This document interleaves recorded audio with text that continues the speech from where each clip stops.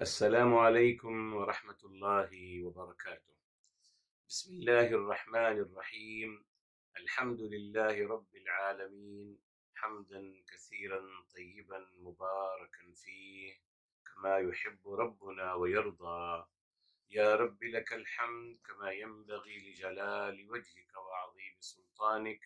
اللهم ربنا لك الحمد حتى ترضى، ولك الحمد إذا رضيت، ولك الحمد بعد الرضا. وأشهد أن لا إله إلا الله وحده لا شريك له، وأشهد أن سيدنا ونبينا وحبيبنا وعظيمنا محمدا عبده ورسوله، صاحب الوجه الأنور والجبين الأزهر.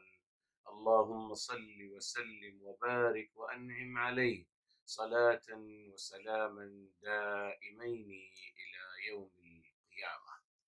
الحمد لله الذي هدانا لهذا، وما كنا لنهتدي لولا أن هدانا الله. ربنا لا تزغ قلوبنا بعد إذ هديتنا، وهب لنا من لدنك رحمة إنك أنت الوهاب. سبحانك لا علم لنا إلا ما علمتنا، إنك أنت العليم الحكيم. اللهم افتح علينا بالحق وأنت خير الفاتحين. رب اشرح لي صدري ويسر لي أمري واحلل عقدة من لساني يفقه قولي، واجعل لي وزيرا من أهلي. آمين يا رب العالمين، بجاه الرحمة للعالمين صلى الله عليه وآله وسلم. يقول الله تبارك وتعالى في كتابه العزيز بعد أعوذ بالله من الشيطان الرجيم، بسم الله الرحمن الرحيم. وأخذهم الربا وقد نهوا عنه وأكلهم أموال الناس بالباطل وأعتدنا للكافرين منهم عذابا أليما.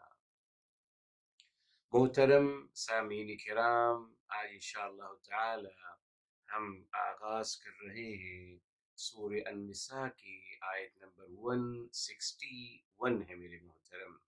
161 سے شروع کریں گے، اس نے کہ ہم نے 160 کو الحمدللہ مکمل کر لیا تھا. یہاں میرے محترم بتایا آپ کو، یہاں 160 میں 161 میں اللہ رب العزت والجلال یہودیوں کے جرم کا اور ان کے غلطیوں کا اور ان کی نافرمانیوں کا تذکرہ فرما رہے ہیں. میرے محترم، ہمیشہ اللہ تعالیٰ نے جو دنیا کا بھی اصول ہے، پہلے جرم کا تذکرہ کیا جاتا ہے اور پھر سزا کا اعلان کیا جاتا ہے. جی، یہ بتانے کے لیے میرے محترم کہ جو سزا دی جا رہی ہے یہ ابتداءً نہیں ہے، یہ کوئی زیادتی نہیں ہو رہی کہ جج صاحب کو بس فلاں صاحب جو سامنے والے اچھے نہیں لگتے ہیں اس لیے ان پر کوئی دفع یا کوئی ان پر کوئی سزا مسلط کر رہے ہیں. ایسا نہیں ہے، معاذ اللہ، نہ. یہی میرے محترم دنیا کا اصول بھی ہے. جج صاحب کیا کرتے ہیں، پہلے ان کے غلطی کا، ان کے گناہ کا، ان کے جرم کا تذکرہ فرماتے ہیں کہ صاحب یہ انہوں نے کیا ہے، یہ جرم ان سے ثابت ہوا ہے، اسی لیے اب ان کو اکارڈنگ ذات ان کو یہ سزا سنائی جاتی ہے. یہی اللہ تعالی نے ہمیشہ کیا ہے میرے محترم. جی، اللہ تعالی جب بھی تذکرہ کیا میرے محترم تو اللہ تعالی ہمیشہ ان کے گناہوں کا، نافرمانیوں کا تذکرہ کرتے ہیں. تب ان کے بارے میں کہا جاتا ہے کہ ان کے لیے المناک عذاب تیار کیا گیا ہے.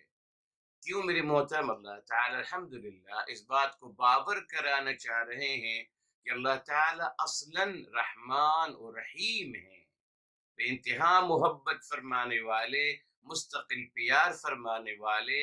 اللہ تعالیٰ کبھی کسی کو عذاب نہیں دینا چاہتے. جی، اللہ تعالیٰ چاہتے ہیں کہ سب لوگ ہدایت پہ آ جائیں، سب جنت الفردوس میں جانے والے بن جائیں. جی، تبھی تو اللہ تعالیٰ نے انبیاء علیہ السلام کو مبارک سلسلہ شروع کیا. اللہ تعالیٰ کی محبت کا مظہر ہے. تبھی اللہ تعالیٰ نے آسمانی کتاب نازل فرمائی، ہدایت نامہ نازل فرمایا، اور اس ہدایت نامے کی پریکٹیکل شکل اور پریکٹیکل الحمدللہ جو ذریعہ ہے ہمارے حبیب ہمارے آقا صلی اللہ علیہ وآلہ وسلم ہے۔ جی یہ اس سے ثابت ہو رہا ہے میرے محترم کہ اللہ تعالیٰ نے کبھی کسی کے لیے برا انجام نہیں چاہا، کبھی نہیں۔ اللہ تعالیٰ سب کو جنت میں لے کے جانا چاہتے ہیں نا، تبھی جنت کا راستہ تعین کرنے کے لیے، رہنمائی کرنے کے لیے انبیاء علیہم السلام اور آسمانی کتاب مبعوث فرمائی، نازل فرمائی۔ تو محبت آپ کا اصل مقصد ہے الحمدللہ، جنت کے لیے اللہ تعالیٰ نے اصلا لوگوں کو جنت کے لیے پیدا فرمایا ہے۔ جی سمجھ لیجیے اس حقیقت کو میرے محترم، اس میں بھی کنفیوز کیا گیا بہرحال، اور بتایا جاتا ہے جو آج ہمارا رجحان ہے کہ صاحب ہر انسان برا ہے، ہر انسان کے بارے میں برا سوچی، تو نیگیٹو اپروچ ہے صاحب، ہر انسان برا ہے جی، جب تک بیچارہ وہ اپنے آپ کو صحیح ثابت نہ کر دے، یہ نیگیٹو اپروچ ہے، ہم اس سے جی نہیں سکتے میرے محترم۔ اس کا نقصان یہ ہوگا کہ آپ کس پہ اعتبار کریں گے؟ پھر زندگی آپ نے گزارنی ہے نا میرے صاحب، سروائیو کرنا ہے نا خیر کے ساتھ، کام کرنے ہیں دنیا کے، اور سارے کام دنیا کی اجتماعی شکل میں ہوتے ہیں۔ اللہ تعالیٰ کا قانون ہے، اللہ تعالیٰ نے الحمدللہ مختلف لوگوں کو مختلف صلاحیتیں اور ہنر سے نوازا، اور میرے محترم تاکہ ایک دوسرے کے لیے وہ ایک دوسرے کی تکمیل، ایک دوسرے کی محتاجی کر لی۔ جی ایک دوسرے کی ضرورت اور ایک دوسرے کی میرے محترم محتاج بنا دیا۔ یس میں کیا کرنا جانتا ہوں میرے محترم؟ سب کچھ تو نہیں جانتا نا۔ اگر مجھے کپڑے سلوانے ہیں تو میں جاؤں گا درزی کے پاس، جی اگر مجھے تکلیف میں ڈاکٹر کے پاس جاؤں گا، اگر مجھے جی گھر کا کچھ سامان بنائے تو کارپینٹر کے پاس جاؤں گا، پلمبر کے پاس جاؤں گا، جی گاڑی خراب ہوگی تو میکینکی کی طرف جاؤں گا، اے سی والے کے پاس جاؤں گا۔ اللہ نہ کرے جی اگر گھر کا گٹر خراب ہو گیا ہے تو جمعدار کو بلاؤں گا، بھنگی کو بلاؤں گا کہ آئیے صحیح کیجیے۔ تو صاحب ایک دوسرے کے محتاج ہیں نا۔ جی یہ قانون الہی ایک دوسرے کو آپس میں جوڑ دیا گیا میرے محترم۔ جی انفرادیت میں کوئی حیثیت نہیں، کچھ بھی نہیں کر سکتے اکیلے، آپ کیا کر لیں گے؟ سب کام خود کریے گا؟ نہیں کر سکتے آپ۔ سبزی لینے کے لیے جانا ہوگا، گوشت لینے کے لیے جانا ہوگا، تمام پروفیشنل اور تمام لوگ الحمدللہ اپنی اپنی جگہ ماسٹر ہیں، اسی لیے کوئی کسی سے افضل نہیں ہے میرے محترم۔ میں کیا سمجھتا ہوں اگر میں نے چند الفاظ بولنا سیکھ لیے یا اگر میں نے چند الفاظ لکھنا سیکھ لیے تو میں اپنی جگہ بہت بڑا ہو گیا، اور میں یہ کہنا شروع کر دیا کہ صاحب میں عالم ہوں باقی سب جاہل ہیں۔ نہیں میرے محترم کوئی جاہل نہیں، میں سب سے بڑا جاہل ہوں۔ جی میں بہت بڑا جاہل ہوں، بیکاز میں کپڑا سینے نہیں جانتا، میں کارپینٹر کا کام کرنے نہیں جانتا، میں پلمبری کا کام نہیں جانتا، تو میں تو جاہل ہوں۔ دیکھا بس انسان نے اپنے آپ کو سپیریئر قرار دینے کے لیے اس نے سمجھا کہ صاحب جو پڑھ سکتا ہے اور لکھ سکتا ہے یہ بہت بڑا کمال ہے، عالم ہے، جو پڑھنا جانتا نہیں لکھنا نہیں جانتا وہ جاہل ہے۔ نہیں میرے محترم ہرگز نہیں، ہر انسان اپنی جگہ اپنی فیلڈ میں عالم اور ماسٹر ہے۔ جی ہر انسان، سبزی والا، کھانا پکانے والا، جی اور گارڈن میں پانی ڈالنے والا، باقاعدہ پھولوں کو تراشنے والا، ہر انسان، کوئی جاہل نہیں۔ اللہ تعالیٰ نے کسی کو جاہل نہیں بنایا، اللہ تعالیٰ نے ہر انسان کو ایک خاص ہنر دیا ہے جو اس کا امتیاز ہے۔ جی اس کو مہارت دی اس کے اندر الحمدللہ، تبھی اندر دنیا سروائیو کر رہی ہے۔ تو کوئی پلیز کسی کو جاہل مت کیا کہا کریں، معذرت، یہ کوئی بہت بڑا آنر نہیں کہ آپ بول سکتے ہیں یا پڑھ سکتے ہیں یا لکھ سکتے ہیں، بس آپ کے اللہ نے صلاحیت آپ کو دے دی، ایک صلاحیت ہے آپ کے پاس، مگر باقی ہزاروں صلاحیتیں آپ محروم ہیں، آپ جاہل ہیں اس کے اندر، تو کسی کو جاہل نہیں کہنا چاہیے۔ اللہ یہ سمجھ لیجیے اس حقیقت کو، اللہ تعالیٰ نے تمام لوگوں کو میرے محترم مختلف ہنرز اور صلاحیتوں سے نوازا ہے تاکہ ہم ایک دوسرے کی تکمیل کر سکیں۔ آج سمجھ لیجیے، چلیے اللہ تعالیٰ نے پورے آپ کی معاشیات کا مسئلہ جو ہے سورہ الزخرف میں اللہ تعالیٰ نے اس کو کلیئر کر دیا، ایک مبارک آیت میں تمام ہمارا اسلامی الحمدللہ جو اکنامک ہے اس کو بیان کر دیا گیا ہے۔ سورہ نمبر 43 ہے میرے محترم، سورہ نمبر 43 ہے اور آیت نمبر ہے میرے محترم 32، آیت نمبر ہے 32۔ یہ دیکھیں فرمایا ہاں نحن قسمنا بینہم معیشتہم فی الحیات الدنیا، جی سمجھ لیجئے سورہ الزخرف 43 سورہ نمبر اور آیت نمبر 32۔ نحن ہم، اللہ تعالیٰ فرما رہے ہم، نحن قسمنا ہم نے ڈیوائڈ کر دیا، بینہم ان کے درمیان، معیشتہم نظام معیشت، فی الحیات الدنیا دنیا کی زندگی میں ہم نے نظام معیشت کو ان کے اندر ڈیوائڈ کر دیا۔ کیسے کر دیا؟ آگے دیکھ لیجیے، فرمایا ورفعنا فوقہم، ورفعنا بعضہم فوق بعض درجات، اور ہم نے بعض کو بعض پہ درجات میں خصوصیت عطا کر دی۔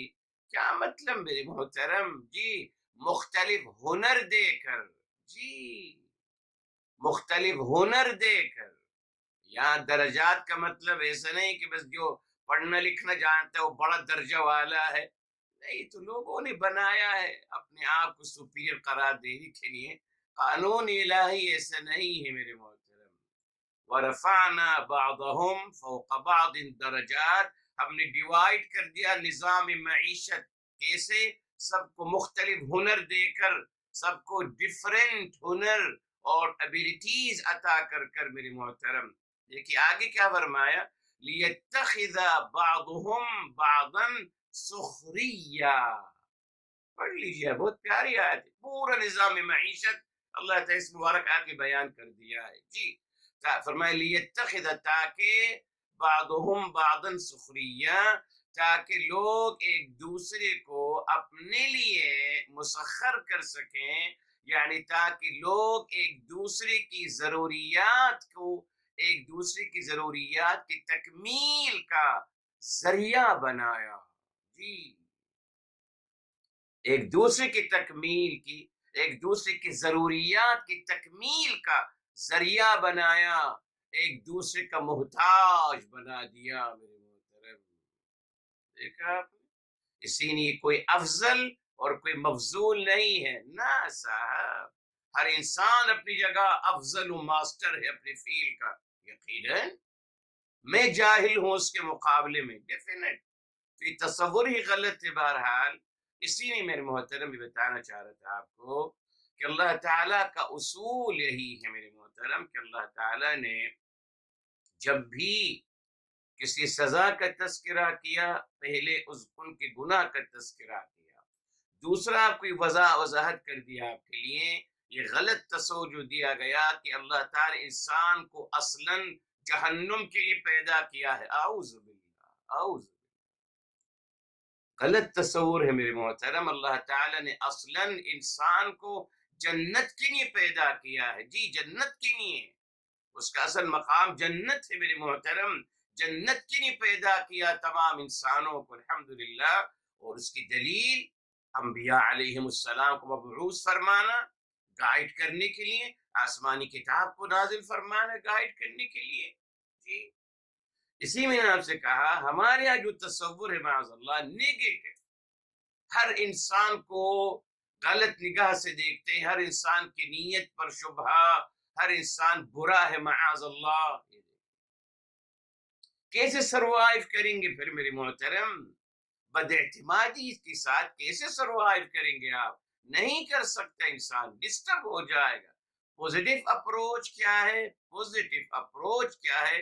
ہمیشہ آپ کو بتاتا رہا، ہر انسان کو اپنے سے بہتر سمجھیے، بس ہر انسان پہ ٹرسٹ کیجئے، اعتبار کیجئے، ہر انسان کو اچھا سمجھیے میرے محترم، کوئی غلط نہیں ہے، کوئی ریلی انسان برا نہیں ہے، اور بے فکر رہیے۔ اگر وہ پریٹینڈ کر رہے ہیں، مثال کے طور پر اگر وہ ایکٹنگ کر رہے ہیں اچھا بننے کی، تو اللہ تعالیٰ آپ کو اس کی شر سے محفوظ فرما لیں گے، اللہ تعالیٰ بچا لیں گے آپ کو۔ آپ آیت الکرسی پڑھتے رہیے، 3 اوراد پڑھتے رہیے، الحمدللہ صبح شام کے اوراد پڑھتے رہیے، اللہ تعالیٰ سے حفاظت اور مدد مانگتے رہیے۔ اگر سامنے والا غلط ہے تو اللہ تعالیٰ اس کو دور کر دیں گے آپ سے، آپ کو کچھ کرنے کی ضرورت نہیں۔ میری اپروچ پوزیٹو ہونی چاہیے میرے محترم، تمام انسانیت کے لیے۔ یاد رکھیے میرے محترم، جی یہ کہنا معاذ اللہ کہ لوگوں کو لوگ سب غلط ہیں اور ان کو غلط سمجھنا، میرے محترم یہ انتہائی نگیٹو اپروچ ہے، جس کا نقصان یہ ہوگا کہ میں سروائیو نہیں کر پاؤں، میں سروائیو نہیں کر پاؤں۔ اسی لیے اللہ تعالیٰ نے دنیا میں بھی، آپ دیکھیے یہاں دنیا میں جو مسئلہ شروع ہو گیا، اللہ معاف فرمائے، لوگوں کو کافر ہونے سے پہلے، لوگوں کو کافر قرار دینے سے پہلے وہ ان کو کافر ہونا قرار دیتے نا، ان کا جرم بیان کرتے کہ صاحب وہ یہ کر رہے ہیں اس لیے وہ کافر ہیں۔ میں نے بتایا تھا آپ کو معاذ اللہ یہ بہت بڑی زیادتی ہو رہی ہے بہرحال، جی تمام مشرکین کی آیات جو قرآن میں آتی، مشرکین کے حوالے سے ان آیات کو مسلمانوں کے لیے کہنا شروع کر دینا اور ان آیات کو مسلمانوں کے لیے فٹ کرنا شروع کر دینا معاذ اللہ، اور ان کو پھر کافر قرار دینا اور ان کو پھر واجب القتل قرار دینا، یہ دیکھیں اعوذ باللہ۔ میرے انتہا تو یہ میرے محترم یہ کہنا شروع کر دیا گیا کہ من لم يحکم بحکم الکافر فہو کافر، کہتے ہیں جو کافر کو کافر نہ مانے وہ بھی کافر، یہ دیکھیں جی یہ تمام اعوذ باللہ ضابطے بنائے گئے ان لوگوں کی طرف سے جنہوں نے جی معاذ اللہ انسانیت کو تکلیف اور اذیت دینا چاہی۔ بہرحال کوئی حرج نہیں، نام و نشان ختم ہو گیا ان کا، ابھی تھوڑا باقی ہے، وہ بھی اللہ تعالی ختم کر دیں گے۔ یاد رکھیے باطل کبھی سروائیو نہیں کرتا، بقا ہمیشہ حق کو ہے، الحمدللہ۔ جی جی باطل کو بقا نہیں میرے محترم، جی لوگ سمجھتے ہیں صاحب جس طریقے سے کمیونزم ختم ہو گیا اسی طریقے سے کیپٹلزم بھی ختم ہو جائے گا، ڈیفینٹ۔ شیوعیت ختم ہو گئی نا صاحب، کمیونزم کا کتنا بڑا نام تھا، اسٹالین لینین 100 سال تک کوشش کرتے رہے، کیا ہوا؟ وہ نظام ہی ختم ہو گیا، کیوں؟ فطرت کے خلاف تھا، سمپل از دیٹ۔ کیپٹلزم یہ بھی فطرت کے خلاف، یہ بھی ختم ہو جائے گا، ہو رہا ہے میرے محترم، جی لوگ الحمدللہ اسی قانون الہی کی طرف آئیں گے۔ یہ ہے نظام معیشت، کیا ہے؟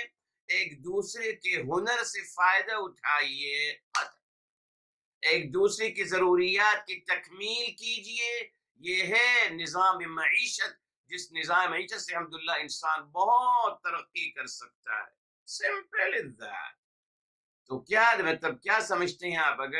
اگر کمیونزم ختم ہو گیا، ختم نہیں ہوگا کیپٹلزم؟ یہ جو لوگ سمجھتے ہیں کہ صاحب اگر فلاں تھیوری ختم ہو گئی دنیا سے تو آپ کی ختم نہیں ہوگی، جو آپ نے باطل تھیوری بنائی تھی وہ ختم نہیں ہوگی، وہ بھی ختم ہوگی صاحب، نو ڈاؤٹ۔ وقت لگتا ہے بس میرے جب لوگوں کو لگے گا کہ مفادات، اب کون غلط تھیوریز کو اپناتا ہے میرے محترم، جن کو مفاد مل رہا ہوتا ہے، دنیا جن کی بہتر ہوتی چلی جاتی ہے، وہ ان غلط تھیوریز کو اپناتے ہیں، مگر جب فنڈنگ ہی آنا رک جائے گی خیر کے ساتھ تو پھر سب کچھ ختم ہونا شروع ہو جائے گا۔ جی مطمئن رہیے میرے محترم، قرآن کریم میں صاف آ گیا وَقُلْ جَاءَ الْحَقُّ وَزَهَقَ الْبَاطِلُ إِنَّ الْبَاطِلَ كَانَ زَهُوقًا۔ جی باطل کو دوام نہیں میرے محترم، نہ۔ یہ سورہ الاسراء ہے میرے محترم، سورہ نمبر 17 ہے، سورہ الاسراء سورہ نمبر 17، اور آیت ہے میرے محترم، جی آیت ہے میرے محترم، یہ دیکھیے جی، یہ آیت نمبر ہے میرے محترم،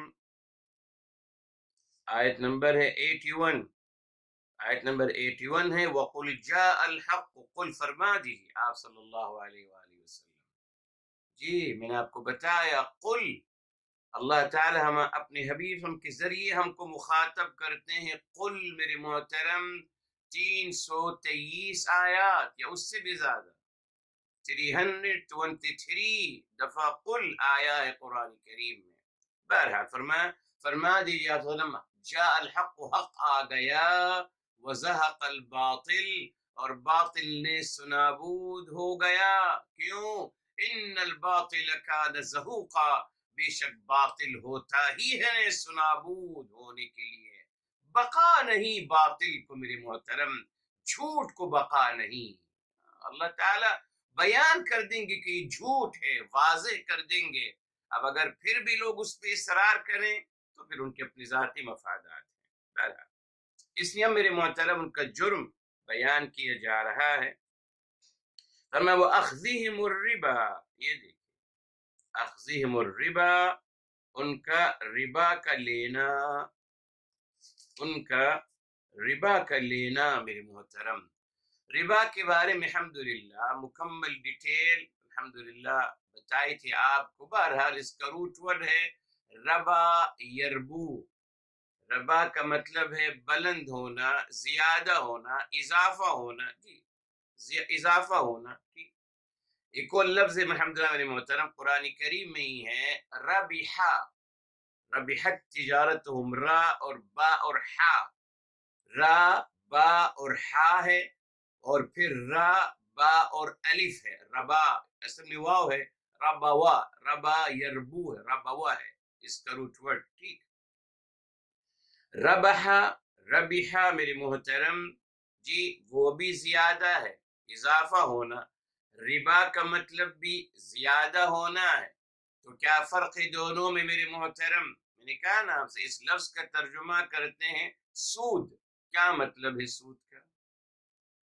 محترم اس کا یہ لفظ کہاں سے آیا ہے، یہ کون سی زبان کا لفظ ہے، کسی کو پتہ ہی نہیں میرے محترم، اور آپ کو پہلے ہی بتا چکا ہوں میرے محترم، یہ بخاری شریف کی روایت ہے، پڑھ لیجیے، ابن ماجہ کی روایت ہے، ابن ماجہ یہ بھی صحیح ستہ میں سے ایک کتاب ہے، صحاح ستہ کی، سنن ابن ماجہ، اس میں پڑھ لیجیے میرے محترم، بخاری شریف میں بھی ہے، جناب عمر رضی اللہ تعالی عنہ ارضا، جناب عمر خلیفہ رسول صلی اللہ علیہ وآلہ وسلم، آپ فرماتے ہیں آخر ما نزل آیت الربا، سب سے اخیر میں جو نازل ہوا وہ ربا کی آیت تھی۔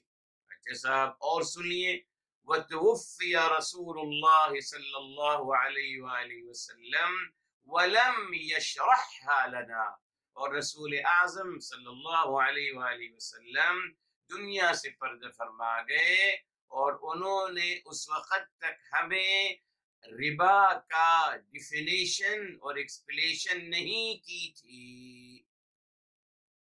یہ بخاری شریف کی روایت ہے میرے محترم۔ تو پھر یہ ہم پوچھتے ہیں لوگوں سے کہ ماشاءاللہ آپ جو ربا کی ڈیفینیشن دے رہے ہیں کہاں سے لائے ہیں صاحب، کہاں سے لائے؟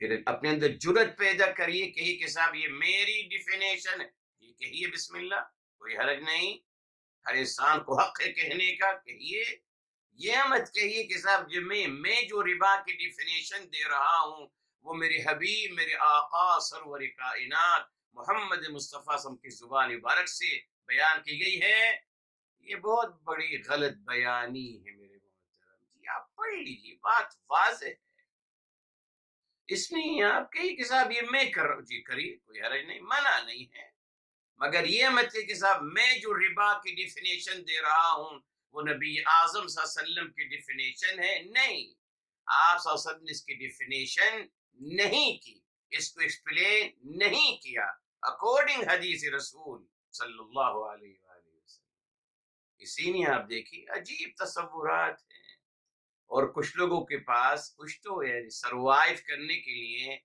ہر انسان کو کوئی نہ کوئی ایشو چاہیے ہوتا ہے نا۔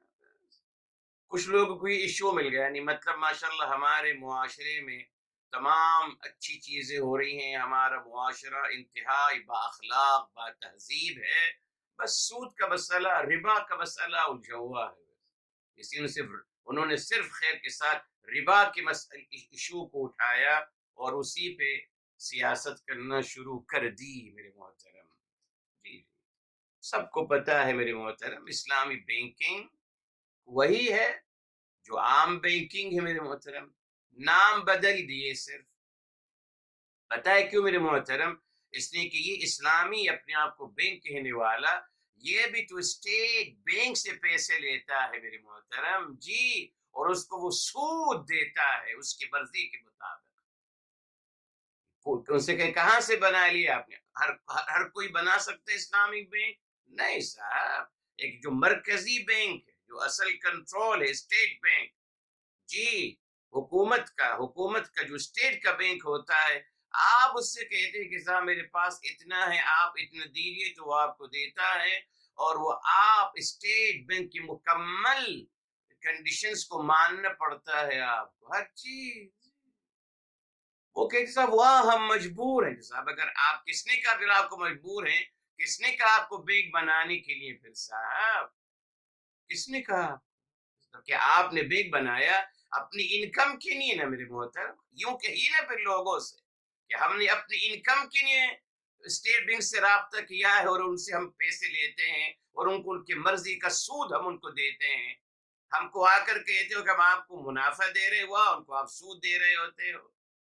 صرف میرے محترم میں نے کہا نا، ہر جگہ اسلام ہے الحمدللہ، نہ اخلاق میں ہے نہ کردار میں ہے، ہر جگہ اسلام ہے۔ اسلامی بینک آ گیا، اسلامی پرفیوم آ گیا، اسلامی چپل آ گئی، اسلامی لپسٹک آ گئی، اسلامی پاؤڈر ہے، ہر جگہ اسلام ہے الحمدللہ۔ یہ ہے ہماری عظمت، مسلمانوں کی عظمت ہے یہ، ہر جگہ اسلام ہے الحمدللہ، ہر جگہ اسلامی کھانا اور اسلامی زبان جی، عربی زبان بھی کوئی تقسیم، ایک اسلامی زبان ہے عربی، ایک غیر اسلامی زبان ہے جو بخاری صاحب پڑھاتے ہیں، یہ غیر اسلامی زبان ہے، ہم جو پڑھاتے ہیں ہم دیندار، یہ اسلامی زبان ہے۔ تو عربی زبان کو بھی اسلامی کو نون اسلامک بنا دیا، ہر چیز کو الحمدللہ، لباس بھی اسلامی، نون اسلامی، ہر جگہ اسلامائزیشن ہے، مگر نہ کردار میں ہے، نہ زبان میں ہے، نہ اخلاق میں ہے۔ بہرحال تو میرے محترم، یہ تو خیر لمبی کہانی ہو جائے گی۔ الربا کا مطلب جو اللہ تعالیٰ نے سجایا اکارڈنگ قرآن کریم کی آیات، ربا کا مطلب ہے ناجائز منافع۔ منافع زیادہ ملتا ہے نا، اضافہ ہے، مال میں اضافہ، تو فرمایا ربحا یہ ہے جائز منافع، اور ربا کا مطلب ہے ناجائز منافع، یہ ہے ربا، ناجائز منافع میرے محترم جی، حد سے زیادہ منافع ناجائز ہو جاتا ہے میرے محترم۔ مگر دیکھیے ہمارے ہاں ماشاءاللہ کہتے ہیں کہ صاحب کوئی لمٹ نہیں ہے منافع کی۔ اچھا، وہ ظلم نہیں ہے؟ آپ 10 روپے کی چیز کو 100 روپے کی بیچ رہے ہو، جائز ہے؟ جائز ہے صاحب، کس نے کہ دیکھا آپ نے؟ منافع کی کوئی لمٹ نہیں رکھی انہوں نے، حالانکہ حدیث موجود ہے، قرآنی آیات موجود ہے میرے محترم۔ کہتے ہیں صاحب نہیں، آپ 10 روپے کی چیز 200 روپے میں بیچیے، 2000 میں بیچیے، آپ کا کمال ہے۔ آپ پسند کریں گے یہ سب کہ آپ کو کوئی انسان 10 روپے کی چیز 100 روپے کی بیچے، 200 کی بیچے؟ پسند کریں گے آپ؟ بالکل، میں اپنی فیلڈ میں وہی کر رہا ہوں نا جی جی، اپنی فیلڈ میں وہی کر رہا ہوں میں۔ غریب انسان دیکھتا ہے کہ ڈاکٹر مجھ سے 1,00,000 2,00,000 روپیہ لے رہا ہے معمولی آپریشن کے لیے، پھر جب کہ ڈاکٹر کی جب گاڑی خراب ہوتی ہے، جب وہ پہنچتا ہے تو وہ اس سے بدلہ نکالتا ہے۔ وہ اس سے وہی اپنا 1 لاکھ روپیہ واپس لے لیتا ہے، یہ خراب ہے، یہ خراب ہے، یہ خراب ہے۔ جی جی سر، ڈاکٹر نے بھی جھوٹ بول کر حرام کمایا تھا اس سے، غریب انسان پروفیشنل، اس کو جب موقع ملتا ہے وہ بھی جھوٹ بول کر حرام پیسہ کماتا ہے، بدلہ لیتا ہے ڈاکٹر سے۔ یہ ہے لوگوں کی نفسیات۔ ریلی میرے محترم، مجھے پتا ہوتا ہے کہ یہ جھوٹ بول رہا ہے، مگر میں کہتا ہوں کوئی میرا وقت بھی آئے گا نا سر۔ ابھی اگر میں آپ کے پاس کپڑے خریدنے آ گیا ہوں اور آپ مجھے اپنی مرضی کے ریٹ لگا رہے ہیں، آپ بھی تو آؤ گے نا میرے پاس، میں بھی تو ایک پروفیشنل کا مالک ہوں۔ آپ آؤ گے میرے پاس تو میں پھر آپ کو ذبح کروں گا، اپنا بدلہ لوں گا۔ یہ ہے نفسیات جس سے آج لوگ دنیا میں جیتے ہیں، اعوذ باللہ۔ خیر خواہی کہاں چلی گئی میرے محترم؟ ظلم کیا ہے بتائیے؟ ظلم کیا ہے؟ بس بیچارہ حاکم ہی ظالم ہوتا ہے بس، اور کوئی ظالم نہیں ہے؟ ریلی ڈیفینیشن سمجھیے گا آپ ظلم اور زیادتی کی کیا ہے میرے محترم۔ ظلم اور زیادتی یہی ہے، حق کا تجاوز کرنا، یہ ظلم ہے۔ جی، 10 روپے کی چیز کو آپ 15 روپے میں بیچ سکتے ہیں، نو ڈاؤٹ، مگر 10 روپے کی چیز کو میرے محترم 200 100 روپے میں بیچنا، یہ سب سے بڑا ظلم ہے، سب سے بڑی زیادتی ہے۔ اور یہ ظلم و زیادتی آج مسلمان الحمدللہ بہت اطمینان کے ساتھ کر رہا ہے، اس کو کوئی فکر نہیں۔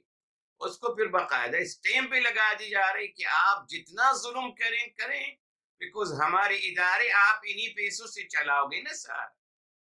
ہمارا جو فلاحی کام ہے، جو چیریٹی کا کام ہے، آپ کسی حرام طریقے سے تو آئے گا آپ کے پاس پیسہ، آپ حرام کماؤ گے زیادہ، ہم کو زیادہ فنڈ دو گے حرام مال میں سے، ہمارے ادارے چلیں گے، ہمارے فائدے ہوں گے۔ اس نے ان کو اسٹیمپ لگا دی کہ جائز ہے، جائیے آپ 10 روپے کی چیز 200 روپے میں بیچیے، کوئی حرج نہیں، ہمیں 100 روپے دے دینا، مگر یہ ظلم نہیں ہے میرے محترم؟ سوچئے قرآن کریم نے کس چیز سے روکا؟ ظلم اور زیادتی سے میرے محترم۔ وہی کر رہا ہے آج کا انسان۔ تبھی میرے محترم یہ جو الربا ہے، ناجائز منافع، یہ سب سے بڑا ظلم ہے جو آج ہو رہا ہے میرے محترم، مگر کتنی یقین کے ساتھ ہو رہا ہے اور کتنی خوشی کے ساتھ ہو رہا ہے، کوئی اس کے بارے میں گفتگو نہیں کرتا۔ آئیے میرے محترم، ایک حدیث طبرانی کی روایت، طبرانی کی بہت معروف حدیث کی کتاب ہے میرے محترم، بہت معتبر ہے لوگوں کی یہاں، بہت معتبر ہے، ایسا نہیں ہے جی، انتہائی معتبر کتاب ہے۔ بہرحال، مگر وہی جب اپنے عقائد اور اپنے بلیفز ثابت کرنا چاہتے ہیں تو کسی بھی حدیث کو کہیں سے بھی لے آئیں گے، لیکن اگر ایسی حدیث آتی جو ان کے خلاف جا رہی تو کہتے صاحب تو طبرانی کی روایت ہے، صاحب تو ضعیف روایت ہے۔ تو جب آپ نے کوٹ کیا تھا طبرانی کو تو صحیح ہو گئی تھی کتاب، اور جب آپ کے اگینسٹ اگر کوئی بات جا رہی تو وہ ضعیف کتاب ہو جاتی ہے۔ یہی انسان کا سلسلہ رہا ہے، بہرحال رہے گا تا قیامت، مسئلہ نہیں ہے۔ طبرانی کی روایت سن لیجئے جی، حدیث ہے، میرے حبیب میرے آقا صلی اللہ علیہ وآلہ وسلم نے فرمایا، پوچھا گیا آپ صلی اللہ علیہ وسلم سے، کم نجعل من الربح، ہم فائدہ اپنا کتنا ہم لے لیا کریں؟ آپ نے فرمایا الربع، 25%، 25% آپ رکھ سکتے ہیں اپنا منافع۔ کیوں؟ قرآن کو سامنے رکھا ہے، ظلم نہیں ہونا چاہیے، ظلم اور زیادتی نہیں ہونی چاہیے نا۔ مسلمان کو کون ہے، رک جائیے بھی، رک جائیے، معذرت۔ تو میرے محترم 25% کی اجازت دی، فرمایا گیا زدنا یا رسول اللہ، کچھ اور اضافہ فرما دیجئے۔ آپ نے فرمایا النصف والنصف کثیر، آپ نے فرمایا آدھا اور آدھا زیادہ ہے، وما زاد على ذلك فهو حرام، اور 50% سے زیادہ منافع رکھنا حرام ہے۔ 10 روپے کی چیز آپ 15 روپے 50% 15 روپے پہ بیچ سکتے ہیں، بس اس سے زیادہ حرام عمل ہو جائے گا میرے محترم۔ یہ دیکھیے حدیث میں کلیئر ہے۔ اور دوسری بات میرے محترم، بخاری شریف کی روایت، اس کو بھی ذہن میں رکھیے۔ میرے حبیب، میرے آقا سرور کائنات فداہ ابی و امی صلی اللہ علیہ وسلم، آپ نے فرمایا خیر الناس، بہترین انسان کون ہے؟ بار بار بتاتا ہوں اس حدیث آپ کو، خیر الناس، بہترین انسان کون ہے میرے محترم؟ کون؟ ہم نے تو بہت پیمانے بنا لی، وہ تو مسئلہ نہیں ہے، مگر میرے حبیب میرے آقا کیا پیمانہ دے رہے ہیں؟ خیر الناس، سب سے زیادہ بہتر انسان، the best human کون ہے؟ انفعهم للناس، جو لوگوں کو سب سے زیادہ نفع پہنچا رہا ہے، نفع پہنچا رہا ہے میرے محترم۔ ہونا تو یہ چاہیے، نفع اگر پہنچانا چاہ رہا ہوں کہ جو چیز میرے محترم 10 روپے کی ہے، میں اس کو 11 روپے میں بیچوں، بس 1 روپیہ بہت ہے منافع۔ اور اگر زیادہ فائدہ پہنچانا چاہ رہا ہوں تو 8 روپے کا بیچوں، خود نقصان کر لوں مگر لوگوں کو فائدہ پہنچاؤں۔ یہ ہے اسلام میرے محترم۔ یہ کون سا میرے محترم فائدہ پہنچانا ہے کہ 10 روپے کی چیز کو 100 اور 200 میں بیچ رہا ہوں میرے محترم؟ یہ کہہ کر کے کوئی ثابتہ نہیں ہے، اللہ حدیث میں موجود ہے، پورے قرآن کی آیات۔ یہ ظلم نہیں ہے، اس کو آپ ذہانت قرار دیتے ہیں، لوگوں کو دھوکہ دینا ذہانت ہے آپ کی نظر میں۔ 10 روپے کی چیز قسمیں کھا کر کے مجھے 200 روپے کی ملی ہے، میں آپ کو 200، لا الہ الا اللہ۔ تبھی میرے محترم یہ حرام مال، اور حرام مال جس طریقے سے آتا ہے اسی طریقے سے چلا جاتا ہے، نہ برکت ہے نہ رحمت ہے۔ آپ کے سامنے دور نہیں، الحمدللہ ہمارے اکابرین، ہمارے والدین، والد صاحب ماشاءاللہ کماتے تھے، الحمدللہ، اللہ تعالیٰ ان کی مغفرت فرمائے، جنت الفردوس نصیب فرمائے تمام مرحومین کو۔ اور الحمدللہ پورا گھرانہ بخوشی سے کھاتا تھا، شادیاں ہوتی تھیں، سب کچھ ہوتا تھا، عید کے خرچے، مہمانوں کے خرچے، ہر چیز الحمدللہ، اتنی برکت تھی اس کمائی میں میرے محترم، جی، اس نے کہ وہ حلال طریقہ تھا۔ آج اگر 7 افراد ہیں گھر میں، 7 ہی کما رہے ہیں، 7 افراد کما رہے ہیں، اور بظاہر ایک ضخیم رقم کما رہے ہیں، مگر 10 تاریخ کے بعد ان کے ہاتھ خالی ہو جاتے، برکت نہیں رہی۔ سوچئے کیوں نہیں رہی؟ سورس آف انکم کیا ہے میرے محترم؟ حرام تو نہیں ہے، بس یہ سوچ لیجیے۔ مگر وہی بات، آج سوچنے کون دیتا ہے؟ آج کہا جاتا ہے بس آپ انکم کا ذریعہ تلاش کریے، بس سورس آف انکم کے بارے مت سوچئے، نہ، یہ سکھایا جا رہا ہے۔ ہمارے تمام حکمران، ہمارے تمام عہدے والے، ہمارے تمام جن کو ہم اپنا آئیڈیل اور اپنا ہیروز، اپنے سٹار سمجھتے ہیں، وہ کیا کر رہے ہیں؟ ان کی بس انکم ہو رہی ہے، کوئی نہیں پوچھتا ان سے کہ انکم کہاں سے ہو رہی ہے، حلال ہے یا حرام؟ کون؟ تو تمام ہم عوام الناس کو بھی یہ سبق دیا جا رہا ہے، یہ تلقین کی جا رہی ہے، بس آپ کماؤ، انکم، پیسے آنے چاہیے، وہ چھین کر لو، وہ کسی کو یقیناً دھوکہ دے کر لو، کسی پہ غصب کر کے لو، جو چاہو کرو، پیسے آنے چاہیے، بس انکم کا ذریعہ کہاں سے آ رہی مت سوچو۔ تبھی میرے محترم دنیا میں جو کچھ ہو رہا ہے اس کا نتیجہ ہے برکت ختم ہو گئی، رحمت ختم ہو گئی۔ اس لیے میرے محترم جائز منافع کے بارے میں آنے کی کوشش کروں، بس جائز منافع۔ نماز روزے کے ساتھ ساتھ اگر ہمارے مسلمان، میں ہمیشہ کہتا ہوں میرے محترم، چوریاں کیوں ہوتی ہیں؟ لوگ موبائل چراتے ہیں، گاڑی کے شیشے جو ہوتے ہیں سائڈ کے وہ چراتے ہیں، مہنگے ہوتے ہیں، ٹائرز چراتے ہیں، ڈیفینس میں جب ہم نماز پڑھاتے تھے وہاں بھی کسی کے بیچارے کے ہمارے دوست سے ٹائرز اٹھا کے لے گئے. ڈیک جو ہوتا ہے وہ سسٹم ساؤنڈ سسٹم وہ چرا کے لے کے جاتے ہیں. کہاں لے کے جاتا ہے اس کو؟ میری محترم اس لیے چرا رہا، اس کو بتایا کہ یہاں اس کو میں ری سیل کر سکتا ہوں. اس کو پتا ہے کہ مسلمان بیٹے ہیں باشرع مسلمان نماز روزہ کرنے کے دعویٰ کرنے والے، یہ تیار بیٹھے ہیں مجھ سے خریداری کرنے کے لیے.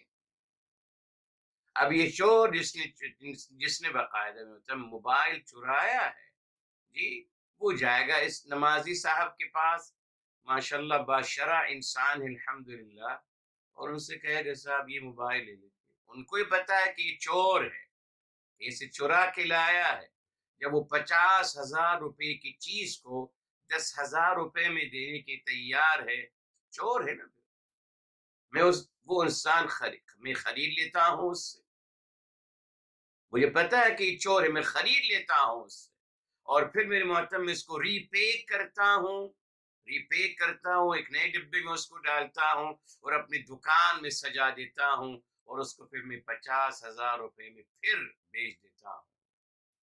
تو میں سپورٹ کر رہا ہوں نا چوروں کو. میرے محترم اگر چوری کرنے والوں کو پتہ چل جائے کہ مجھ سے کوئی خریدے گا نہیں، کوئی خریدار نہیں ملے گا چورے ہوئے مال کا، کوئی خریدار نہیں ملے گا، یقین مانی چوری خود بخود ختم ہو جائے گی. مگر میرے محترم چوری کیوں ہو رہی ہے؟ بیکوز ان کو پتا ہے کہ خریدار موجود ہیں. ہر چیز چوری کی جاتی ہے اور باقاعدہ اس کو بیچا جاتا ہے. کیوں چوری ہو رہی ہے؟ بازار گرم، چوری کا بازار گرم کیوں ہے؟ خریدار جو بیٹھے ہیں چوری کے مال کے. دیکھا آپ نے؟ اب غلط کون کر رہا ہے؟ اس کو تو ہم چوری کوئی بہت برا کر رہا ہے یہ چور، اور جو چورا ہوا مال، جو چوری کرا ہوا مال خرید رہا ہے وہ اپنے آپ کو بہت بڑا متقی و پرہیزگار کہنے والا، نماز روزے کا اہتمام کرنے والا، اس سے کوئی کچھ نہیں کہتا. وہ کہتے ہیں صحیح ہے صاحب، جائز ہے، سب جائز. وہ کہتے ہیں میرا کیا بھائی، میں نے تو خریدا ہے 10,000 روپے کا، کس کو دھوکہ دے رہا ہوں میرے محترم؟ کیا مجھے نہیں پتا ہوتا کہ یہ چور ہے؟ میرے پاس اتنی عقل نہیں ہے، یوں تو بہت عقل مند ہوں نا میں تو ماشاءاللہ. 50,000 روپے کی چیز مجھے کوئی جس کی شکل نظر آ رہا ہے کہ وہ چور ہے، 10,000 کے سے خرید لیتا ہوں، بلکہ بعد میں تو 5,000. جی جب مجھے پتا چلتا ہے کہ چوری کا مال ہے تو اس کو میں اور دباتا ہوں، خریداری کرنے، مگر بیچنا میں 50,000 کا ہی ہوں. یہ میں ہوں، یہ مسلمان ہوں جو دنیا میں اسلام کو قائم کرنا چاہتا ہوں. جی جو میری نظر میں سود سب سے بڑی لعنت ہے، اس کو ختم کرتے میرے محترم.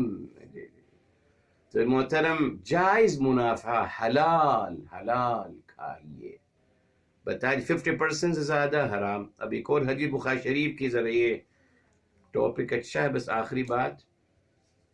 میرے حبیب میرے آقا سرور کائنات فدا ہو بھی صلی اللہ علیہ وسلم، آپ نے فرمایا رب اشعث اغبر، فرمایا کہ شاید کوئی غبار آلود انسان یرفع یدیہ الی السماء، وہ آسمان کی طرف اپنے ہاتھ اٹھا رہا ہے اور کہہ رہا ہے یا رب یا رب، کہہ رہا ہے اے رب کریم، دعا مانگ رہا ہے، یا رب کریم دعا مانگ رہا ہے.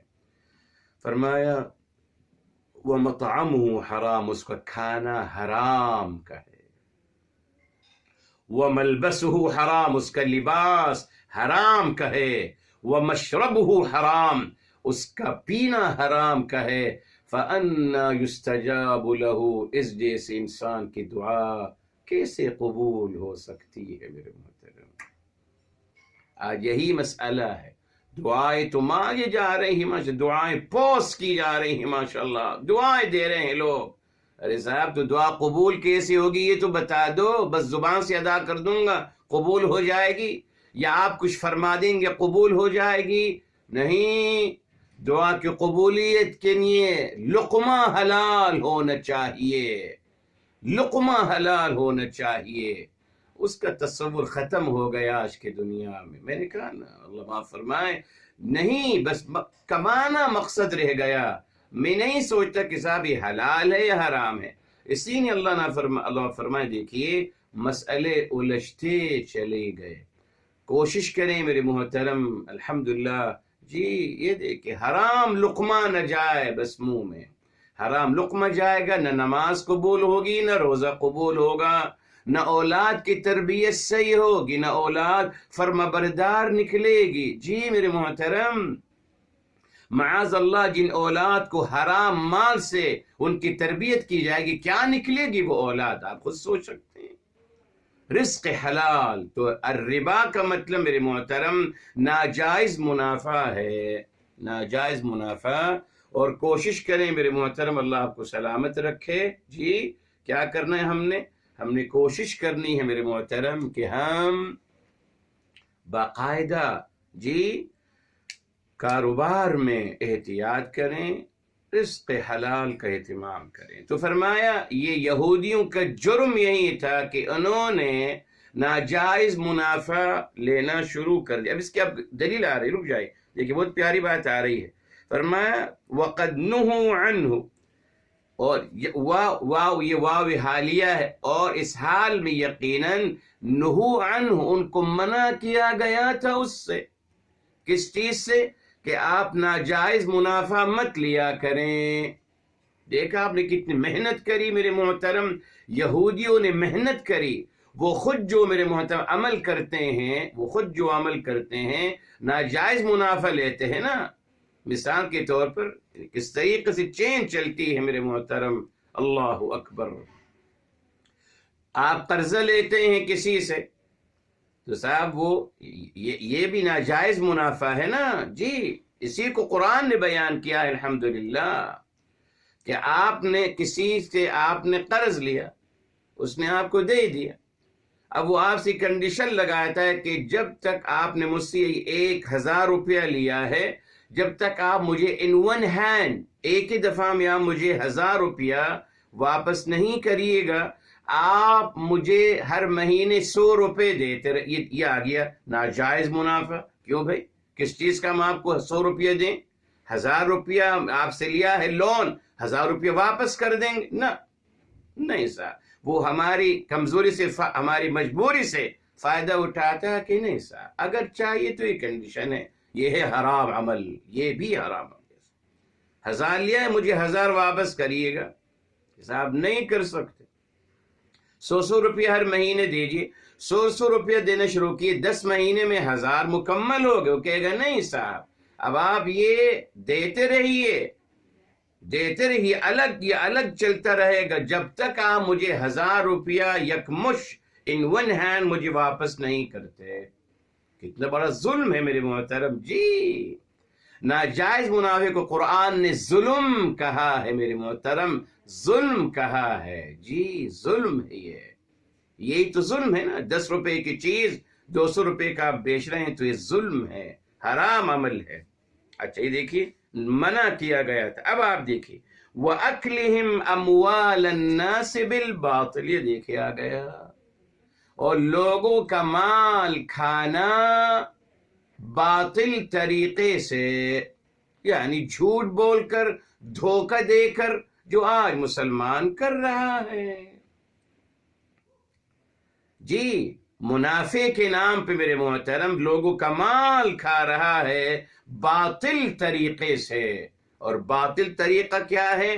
جو حق کے مطابق نہ ہو جو جھوٹ بول کر جب ایک انسان جب 10 روپے کی چیز کے بارے میں قسم کھا رہا ہے کہ یہ میں نے 200 روپے کی خریدی ہے اور میں آپ کو 300 کے بیچ رہا ہوں 100 روپے کما رہا ہوں صرف تو یہ کتنا بڑا جھوٹ اور باطل طریقہ ہے میرے محترم. دیکھا آپ نے تو میرے محترم ناجائز منافع کو قرآن نے بتا دیا. اس کی جب یہاں ایک وضاحت کر دی گئی کہ ناجائز منافع کیا ہے. لوگوں کا مال کھانا باطل طریقے سے. یہ قرآن یہ دیکھیے الربا اخذہم الربا وہ ناجائز منافع لیتے ہیں. جی کیسے لیتے ہیں؟ یوں. اور یعنی اس کی عملی شکل کیا ہے؟ ناجائز منافع کی عملی شکل کیا ہے؟ لوگوں کا مال کھانا باطل طریقے سے ناجائز طریقے سے جھوٹ بول کر میرے محترم. ظلم و زیادتی کر کر کہا تھا کہ لوگوں کو نفع پہنچائیے. بخاری شریف کی روایت، بہترین انسان وہی ہے جو لوگوں کو سب سے زیادہ نفع پہنچا رہا ہے. اس بہتر انسان جیسے بننے کی کوشش کرنی چاہیے تھی، لوگوں کو نفع پہنچانا چاہیے تھا. الٹا ہو گیا میرے محترم. دیکھا آپ نے، ظلم کرنے سے روکا گیا تھا، ظلم اور زیادتی کر رہا ہوں میرے محترم. حرام عمل سے دور رہنے کے لیے کہا گیا تھا، حرام عمل کا ارتکاب کر رہا ہوں. وجہ بتایا نہیں گیا نا. کیوں بتاتے میرے محترم؟ نہیں بتا سکتا نا میں آپ کو. میں تو کہوں گا آپ اور زیادہ کمائیے. دیکھو جتنا آپ زیادہ کمائیں گے وہ اتنا مجھے آپ زیادہ فنڈ دیں گے نا صاحب. میں تو اپنے فنڈنگ کی سورس کو بہتر کر رہا ہوں. اگر میں کنڈیشن لگاؤں گا کہ صاحب آپ منافع کم رکھیے اور لوگوں کو نفع پہنچائیے اور ظلم اور زیادتی مت کیجیے اور حرام مت کھائیے، تو سب آپ کتنا کمائیں گے اور پھر مجھے کتنا دیں گے؟ اس لیے یہ صدا کبھی نہیں آتی میرے محترم، یہ صدا کبھی نہیں آتی، نہ لگائی جاتی کہ صاحب سورس آف انکم حلال ہونا چاہیے. ہرگز نہیں. بس کمائیے بس، تاکہ ہمارے ادارے چلتے رہیں اور ہمارے ادارے جو ہیں آگے بڑھتے چلے جائیں. جی فرمایا اکلہم اموال الناس بالباطل، اعوذ باللہ. جی دیکھیے خیر خواہی اور محبت کی ایک اور دلیل بخاری شریف کی روایت. یہ سب پیمانے ہیں، میں اپنے سامنے رکھوں ان کو. بخاری شریف کی روایت ہے، میرے حبیب میرے آقا سرور کائنات محمد مصطفیٰ صلی اللہ علیہ وسلم فرمایا لا یؤمن احدکم، اس وقت تک آپ میں سے وہ مومن نہیں کہلائے گا، نہیں ہوگا، حتی یحب لأخیہ ما یحب لنفسہ، یہاں تک کہ وہ اپنے بھائی کے لیے وہ کچھ پسند کرے جو اپنے لیے پسند کرتا ہے. کیا میں پسند کروں گا اپنے لیے کہ کوئی مجھے 10 روپے کی چیز 200 میں تھما دے؟ پسند کروں گا؟ اتنا بڑا دھوکہ، اتنا بڑا جھوٹ، اتنا بڑا ظلم، اتنا بڑا حرام عمل پسند کروں گا اپنے لیے؟ نہیں صاحب، ہرگز نہیں. تو پھر لوگوں کے لیے کیسے پسند کرتا ہوں؟ دیکھا آپ نے. اپنے آپ کو پیمانہ بناؤں گا تو بہتر بات ہوگی. اب انجام کی طرف فرمایا وَأَعْتَدْنَا، اور ہم نے تیار کیا للکافرین، نافرمانوں میں سے، منہم ان میں سے، وَأَعْتَدْنَا لِلْكَافِرِينَ مِنْهُمْ، اور ہم نے تیار کیا، اعدہ جی اعتدنا، جی ہم نے اعتدنا یعنی اعددنا، ہم نے اعددنا تیار کیا للکافرین نافرمانوں میں سے، ان میں سے، عذاباً علیما، عذاب المناک عذاب تیار کیا ان کے لیے. اب میرے محترم یہاں ایک پیاری بات آپ کے لیے، منہم کیوں کہا؟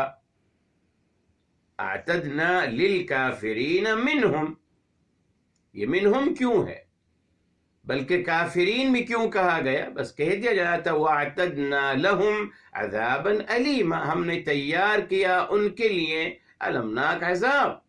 مگر للکافرین منہم بیچ میں آ گیا، بیچ میں آ گیا. یہ دیکھیے یہ شان کریمی اور رحیمی ہے میرے محترم. جی فرمایا کچھ لوگ الحمدللہ تعلیمات الہی کو پڑھنے کے بعد سمجھ لیتے ہیں اور وہ رک جاتے ہیں. الحمدللہ ٹھیک، رک جاتے ہیں الحمدللہ. مگر فرمایا کچھ لوگ ہیں جو ڈینائر ہیں، جو نہیں رکتے، جو ڈینائی کرتے ہیں ان تمام تعلیمات الہی کو. وہ کہتے نہیں صاحب ہم تو حرام عمل ہی کرتے رہیں گے، ہم ناجائز منافع لیتے رہیں گے، لوگوں پہ ظلم اور زیادتی کرتے رہیں گے، لوگوں کا استحصال کرتے رہیں گے. ٹھیک ہے، کچھ لوگ ایسے بھی ہوتے ہیں، کوئی حرج نہیں. تو اللہ تعالیٰ دیکھیے اللہ تعالیٰ نے یہاں فور آل بات نہیں کی، بلکہ فرمایا للکافرین منہم، اللہ اکبر، ان میں سے جو ڈینائر ہیں، جو اعوذ باللہ برائی پہ ڈٹے ہوئے ہیں، جو حق کا انکار کر رہے ہیں، ان میں سے ہم نے، ان میں سے جو یہ جن کا یہ رویہ ہے، ہم نے ان کے لیے المناک عذاب تیار کر رکھا ہے۔ اب ایک اچھی بات یہ میرے محترم جی، ربا کے بارے میں اللہ تعالیٰ نے یہی کہا نا، کیا کہا گیا؟ دیکھیے سورہ البقرہ کی طرف آتے ہیں، 275 ہے میرے محترم، 275 فرمایا تھا یا ایھا الامر، یہ آیت نمبر یہ 1 میرے محترم 180 ہے، 180 ہے، جب فرمایا گیا، نہیں 178 ہے، 178 میرے محترم، فرمایا گیا یا ایھا الذین آمنوا اتقوا اللہ وذروا ما بقی من الربا، اے اہل ایمان اللہ تعالیٰ سے خبردار رہیے اور ناجائز ربا، ناجائز منافع جو لیتے ہیں آپ اس کو چھوڑ دیجئے، ٹھیک ہے؟ اور پھر بتایا احل اللہ البیع وحرم الربا، یہ 275 میں اللہ تعالیٰ نے جی بیع کو حلال قرار دیا ہے اور ناجائز منافع کو حرام قرار دیا ہے، حرام، ٹھیک۔ اچھا، اب آئیے سورہ آل عمران کی طرف، فرمایا یا ایھا الذین آمنوا، اے اہل ایمان، لا تأکلوا الربا، یہ ہے میرے محترم 131 133 130 3 کی 133، اے اہل ایمان لا تأکلوا الربا، مت کھائیے ربا کو، مت کھائیے ناجائز منافع، یہ دیکھیں اضعافا مضاعفا، اس کو ملٹیپلائی کرتے ہوئے مت کھائیے، وہاں فرمایا چھوڑ دیجئے، یہاں فرمایا الحمدللہ کہ آپ مت کھائیے، اور ربا کو، ناجائز منافع کو حرام قرار دے دیا۔ اب دیکھ روایات میں کیا بنایا میرے محترم، یہ دیکھیں، کہتے ہیں معاذ اللہ لعن اللہ آکل الربا وموکلہ، اللہ تعالیٰ کی لعنت ہو ربا، سود لینے دینے، وہ 10 لوگوں کو ماشاءاللہ شمار کر دیا، اعوذ باللہ۔ اللہ تعالیٰ قرآن میں تو لعنت نہیں بھیجی میرے محترم، ربا کا عمل انجام دینے والوں کے بارے میں قرآن نے کچھ نہیں کہا، بس کہا چھوڑ دیجئے۔ اب روایات بنائی میرے محترم کہ اللہ لعنت بھیجتے ہیں، اعوذ باللہ۔ اچھا، پھر میرے محترم جب ان سے پوچھتے ہیں کہ صاحب یہ حدیث کہاں ہے، کہتے ہیں حدیث کی کتابوں میں ہے صاحب۔ اچھا سر، اب ہم جاتے ہیں تو یہ حدیث ہے، ملتی مسند احمد میں، مسند احمد میں ملتی ہے، وہاں جب حدیث کو پڑھتے ہیں تو وہاں لکھا ہے لعن رسول اللہ، رسول اللہ صلی اللہ علیہ وسلم نے لعنت فرمائی تھی، اللہ تعالیٰ نہیں فرمائی۔ یہ دیکھیں یہ کتنا بڑا جھوٹ اور کتنا بڑا دھوکہ میرے محترم، حدیث کی الفاظ لعن رسول اللہ، واقعی وہ بھی غلط ہے، آف کورس رسول اللہ صلی اللہ علیہ وسلم لعنت کبھی کسی پہ نہیں بھیجتے، مگر حدیث میں رسول اللہ کا مبارک نام ہے، ماشاءاللہ آگے جذبات بڑھتے چلے گئے تو رسول اللہ کا نام ہٹا کر اللہ کے ساتھ منسوب کر دیا کہ لعن اللہ۔ دیکھیں حدیث نہیں ہے لعن اللہ کی، جی اس لیے بتا رہا ہوں آپ کو، حدیث نہیں ہے لعن اللہ، اللہ کی لعنت کا تذکرہ کسی حدیث میں نہیں ہے، حدیث جو بنائی گئی ہے اس میں انہوں نے، حدیث میں لعن رسول اللہ کا لفظ آتا ہے، مگر وہاں بھی غلط بیانی، اللہ تعالیٰ جو رحمان و رحیم ہیں لعنت بھیجیں گے جب قرآن میں نہیں ہے میرے محترم؟ رسول اعظم صلی اللہ علیہ وسلم رحمت للعالمین ہیں، کیا وہ لعنتیں بھیجیں گے رحمت للعالمین؟ تو حدیث میں بھی جھوٹ بولنا کو پتہ ہے کون پڑھتا ہے میرے محترم، کہتے چلے جاؤ، بس کون پوچھنے والا۔ اللہ تعالیٰ پوچھیں گے میرے محترم. ہاں یقیناً ہم دنیا والے تو نہیں پوچھ سکتے، ہر انسان اپنی بات کا جواب اللہ تعالیٰ کے ہاں ہے. اچھا آگے چلیے. اب ایک اور انتہائی نامناسب سی بات میرے محترم. جی اللہ تعالیٰ فرما رہے ہیں کہ ہم نے ان کے لیے، ان لوگ جو ڈینائر ہیں ان میں سے ہم نے ان کے لیے المناک عذاب تیار کر رکھا ہے قیامت کے دن کی بات ہو رہی ہے. ٹھیک یہی قرآن نے کہا. اچھا اب سود کے بارے میں معاذ اللہ اتنی غلط بات کہی جاتی ہے میرے محترم کہ سود کی مذمت کرنے کی انہوں نے روایت بنائی معاذ اللہ کہ اس کے 70 گناہ ہیں میرے محترم. ہمیں 70 کا لفظ اچھا لگتا ہے، 70 گناہ لاحق ہوتے ہیں، 70 عذابات، 70 گناہ لاحق ہوتے ہیں سود پر. 70 گناہ قرآن میں تو خیر نہیں ہے. جی بہرحال ان روایت بنائیں کہ سود پر 70 گناہ لاحق ہوتے ہیں معاذ اللہ، اور کہتے ہیں سب سے کم گناہ کیا ہے، ان 70 گناہوں میں سب سے کم گناہ کیا ہے میرے محترم. اب آپ سن کر حیران افسوس کریں گے میرے محترم. یہ دیکھیے روایات ہے معاذ اللہ، دین الہی کو بدنام کرنا. کہتے ہیں سود کے حوالے سے 70 گناہ کا سزا ملتی ہے، اور سب سے کم گناہ ان 70 گناہوں میں سے گناہ کون سا ہے کہ جس طریقے سے معاذ اللہ کہنا پڑ رہا ہے آپ کو سمجھانے کی. جی یہ حدیث موجود ہے، اس کو گنگناتے ہیں لوگ.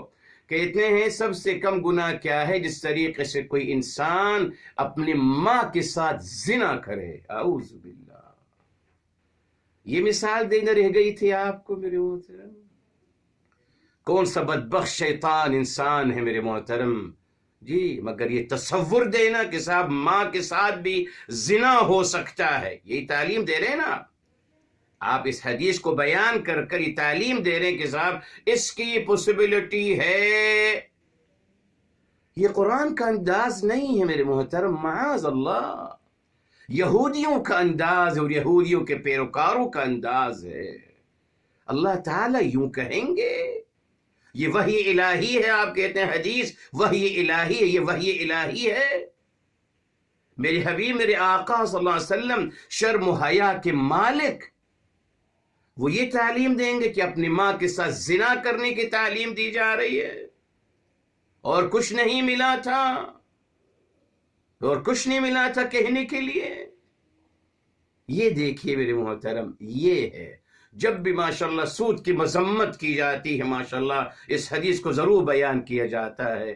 شرم و حیا نہیں آتی. کون بیٹا ہے ہمارے سامنے؟ ہماری ماں بیٹی ہے، ہماری اولاد بیٹی ہے، ہم ان کو یہ سکھا رہے ہیں، مگر عقل استعمال نہیں کرتے نا. بس کہنا ہے، بس جو بولنا ہے بولو، بس بولنا تو سکھایا ہی ہے غیر کے ساتھ، عمل کرنا سکھایا نہیں. قرآن نے کیا کہا کہ ہم نے المناک عذاب تیار. ختم. اللہ تعالیٰ کی بات پہ اکتفا کرنا چاہیے. اب وہ 70 گناہوں کی سزا اور یہ کیا ضرورت ہے میری محترم؟ اعوذ باللہ، اللہ لعنت بھیج رہے ہیں. ارے صاحب قرآن پہ اکتفا کرنا سیکھی. دیکھا آپ نے روایات کو اس لیے لایا جاتا ہے ایسے میری محترم انتہائی نازیبا اور شرم و حیا سے بالتر باتیں کی جاتی ہیں میرے محترم روایات میں. اعوذ باللہ. آپ سوچیے، یہ کہنے کی بات ہے میرے محترم. تذکرے کیوں کرتے ہیں؟ میں نے آپ کو بتایا تھا میرے محترم، پھر دوہرا رہا ہوں آپ کے لیے. ہر لفظ کی ایک تصویر ہوتی ہے، ہر لفظ کی ایک تصویر ہوتی ہے. قرآن نے کبھی کہی ہے ایسی بات میرے محترم؟ پورے قرآن میں بتا دیجیے کوئی بھی شرم و حیا سے بالتر کا تذکرہ ہے قرآن میں؟ ادب کی کتاب ہے، اخلاقیات تہذیب کی کتاب ہے، اور روایات میں کیا ہے؟ ہر لفظ کی ایک تصویر بنتی ہے. آپ نے تو کہہ دیا کہ ماں کے ساتھ زنا کرنا، آپ تو ماشاءاللہ حدیث رسول بیان کر کے نکل گئے اور مجھے کچھ سوچنے مجبور کر دیا آپ نے. جی میرے ذہن بنا کے چلے گئے. کیوں غلط بات کہتے ہیں میرے محترم؟ کیوں؟ اچھی بات کہیے، اچھی بات کی تصویر بنے گی میرے ذہن میں. غلط بات کہیں گے، غلط بات کی تصویر بنے گی. یقیناً میں انسان ہوں میرے محترم. دیکھا آپ نے کن لوگوں نے روایتیں بنائی، ان کا مقصد کیا تھا میرے محترم؟ اس نے قرآن پہ اکتفا کرنا سیکھیں، بس پیغام یہی ہے. قرآن کریم پہ اکتفا کرنا سیکھیں. جب قرآن کریم نے سود کے بارے میں اللہ تعالیٰ نے ریل، اللہ تعالیٰ نے قرآن کریم میں اس کہا کہ آپ اس کو چھوڑ دیجئے، مت کھائیے. سزا کا تذکرہ نہیں کیا میرے محترم جی، سزا کا تذکرہ نہیں کیا جی. یہ ضرور کہہ دیا کہ فَإِن لَّمْ تَفْعَلُوا فَأْذَنُوا بِحَرْبٍ مِّنَ اللَّهِ وَرَسُولِهِ. جی جی، اگر آپ نہیں چھوڑیں گے، وہی عذاباً علیما، وہاں سورہ بقرہ میں کہہ دیا میں ہوتا، اگر آپ نہیں چھوڑیں گے تو آپ اللہ تعالیٰ اور رسول کی جنگ، آپ کے خلاف جنگ کا اعلان ہے. جی تو جنگ کا مطلب کیا ہے؟ حقیقی جنگ تو نہیں ہے نا، معنوی لحاظ سے کہ آپ حرب کا مطلب میرے محترم پڑھ لیجئے ڈکشنری میں، حاربہ. حربہ کا مطلب اصلاً عربی زبان میرے محترم ہوتا ہے جب کوئی کسی کا مال اس سے چھین لے، غصب کر لے، لوٹ لے اس کو، لے لے، تو کہتے ہیں حربہ الرجل، حربہ یعنی اس کا مال اس سے چھین لیا گیا. اور حربہ، حاربہ ڈکشنریز میں لکھا ہے، آپ پڑھ سکتے ہیں. حربہ کا مطلب ہے کسی چیز کو ہلاک کر دینا اور ختم، نیست و نابود کر دینا. تو صاحب یہ ہے نا، اگر آپ نہیں چھوڑیں گے تو اللہ تعالیٰ اور رسول صلی اللہ علیہ وسلم کی طرف سے اعلان کیا ہے کہ آپ کا مال سب نیست و نابود ہو جائے گا. بس اتنا کہا. قرآن میں کہیں نہیں تذکرہ میرے محترم کہ سود دینے والی کی کیا سزا ہے اور سود لینے والی کی کیا سزا ہے اور گواہوں کی کیا سزا ہے. قرآن نے اس کا تذکرہ کیا ہی نہیں میرے محترم. جی جی، پڑھ لیجئے قرآن کریم میں. اب اللہ تعالیٰ کو جبار و قہار ثابت کرنے کی نہیں روایتیں بنائی میرے محترم، اور پھر کیسی روایتیں بنائی آپ کے سامنے ہیں. انتہائی افسوسناک باتیں ہیں میرے محترم. اب یہاں میرے محترم بس انشاءاللہ تعالی ہم اگلی آیت کی طرف چلتے ہیں تھوڑا بہت، تاکہ آپ کو وہ ہو جائے. فرمایا لیکن الراسخون فی العلم منہم، لیکن الراسخون، جی جو پختہ، رسخہ مطلب پختگی، مضبوط، پختہ اور مضبوط، فی العلم علم والے ہیں، منہم ان میں سے. اب یہاں دیکھیں اللہ تعالیٰ پھر منہم کا تذکرہ فرما رہے ہیں میرے محترم. جی یہ انصاف ہے، انصاف کی تعلیم دی جا رہی ہے. یہی اللہ تعالیٰ بتانا چاہ رہے ہیں کہ آپ اوور آل کسی کے بارے مت کہا کریں. جیسے ہمارے لوگ کہتے ہیں کہ ویسٹرن لوگ سب یوں ہیں، اعوذ باللہ، ایسا مت کہا کریں. نا یا ہم نارملی کہتے ہیں فلاں قوم یوں ہیں، فلاں لوگ یوں ہیں. نا، یہ جو بالعموم کا تذکرہ ہے، بالعموم کسی کے بارے میں کوئی بات کہنا غلط ہے میرے محترم. ہاں آپ کس وقت بالعموم کی بات کر سکتے ہیں میرے محترم؟ جب آپ کوئی کامن بات کر رہے ہوں بس. لیکن اگر آپ کوئی غلط بات، آپ اگر کوئی مذمت کا تذکرہ کر رہے ہو تو وہ مذمت جو ہے یا اگر کسی برائی کا تذکرہ کر رہے ہیں تو وہ برائی پوری قوم کے ساتھ منسوب نہیں کرنی چاہیے، وہ انفرادی ایکسپیرینس کے تحت کہنی چاہیے. پہلی بات تو کہنا ہی نہیں چاہیے میرے محترم. جی لوگوں کی برائیاں تلاش کرنا یہ منفی سوچ ہے. لوگوں کے اندر مثبت سوچ کیا ہے؟ لوگوں کی بھلائیاں تلاش کریں، لوگوں کی اچھائیاں تلاش کریں میرے محترم. یہ ہماری کھوج ہونی چاہیے. ہم بالکل بدل گئے. ہم ہر انسان میں میرے محترم کمزوریاں اور برائیاں تلاش کرتے ہیں. میں تو ہمیشہ کہتا ہوں ماشاءاللہ، کچھ لوگ دعویٰ کرتے ہیں کہ صاحب ہم چہرہ شناس ہیں، انگلش میں کہتے ہیں نا فیس ریڈنگ کر سکتے ہیں، ہم فیس ریڈر ہیں. اچھی بات ہے، چلیے صاحب آئیے، خوشی کی بات ہے اگر آپ فیس ریڈر ہیں. آئیے بتائیے افسوس کی بات میرے محترم، جو بھی فیس ریڈر ہونے کا دعویٰ کرتا ہے، چہرہ شناسی کا دعویٰ کرتا ہے، تو اس بیچارے انسان کو تمام چہروں میں برائیاں ہی نظر آتی ہیں۔ ایسا کبھی تو کسی کو اچھا کہہ دو، سبھی لوگ برے ہیں۔ وہ یہ بتا، فیس ریڈنگ میں نے کر لی صاحب، یہ بہت بڑے دھوکے باز ہیں۔ اچھا، آپ جو بھی آپ کے حلقے میں سے کچھ لوگ ہوں گے یقیناً جو اپنے آپ کو فیس ریڈر کہتے ہیں، آپ دیکھ لیجیے آپ نے کتنا وقت گزارا ہوگا ان کے ساتھ، انہوں نے کیا کبھی کسی انسان کے بارے میں کہا کہ وہ اچھا ہے؟ کبھی نہیں کہا۔ انسان یوں ہی کماتا ہے نا میرے محترم، اگر آپ اس سے کہیں گے یہ اچھے ہیں تو آپ کو تو کچھ نہیں ہوگا نا۔ وہ ہماری نفسیات کو بھی جانتا ہے نا، وہ جانتا ہے کہ یہ صاحب جب تک میں نہیں کہوں گا کہ صاحب یہ بہت بڑا چالاک، بہت بڑا دھوکے باز ہے تو اچھا لگے گا مجھے۔ اگر وہ مجھ سے کہیں گے صاحب یہ اچھے آدمی ہیں، ہٹاؤ بھائی، کیا کیا کیا کہہ دیا کہ آپ نے اچھا ہے؟ اچھا تو میں ہوں صرف۔ اسی لیے ہم لوگوں میں کمیاں اور کمزوریاں تلاش کرتے ہیں، بیکوز ہم یہ سمجھتے ہیں کہ میں ہی اچھا ہوں صرف دنیا میں، باقی سب برے ہیں۔ نیگیٹو اپروچ میرے محترم، اور نیگیٹو اپروچ کا نتیجہ آپ ہمارے سامنے ہے کہ ہم سروائیو نہیں کر پا رہے۔ اس نے قرآن نے تعلیم دے دی، جیسے اوپر اعتدنا للکافرین منہم، ان میں سے جو ڈینائر ہیں ہم نے ان کے لیے المناک عذاب تیار کر رکھا ہے۔ بس اس کے علاوہ کسی بات کا تذکرہ کرنے کی ضرورت نہیں ہے میرے محترم۔ اللہ آپ کو سلامت رکھے۔ جی تمام روایات سے دور رہنے کی کوشش کریں، اور آپ دیکھیں اس کا امپیکٹ کیا پڑ رہا ہے۔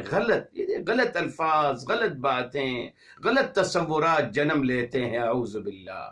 بہرحال اگلی آیت میں 162 میں کیا ہے؟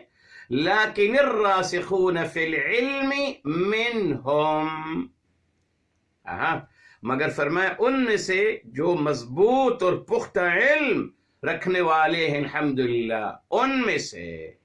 یہ اللہ تعالیٰ بتا رہے ہیں کہ سب کو ایک طریقے سے معاذ اللہ ایک اجتماعی شکل میں سب کو نہیں معاذ اللہ ان کے بارے بات بیان کی جا رہی، نہیں، اس میں کہ احتیاط کرنا چاہیے، جتنی بات ہے اتنی ہی اسی حد تک محدود رکھنی چاہیے میرے محترم۔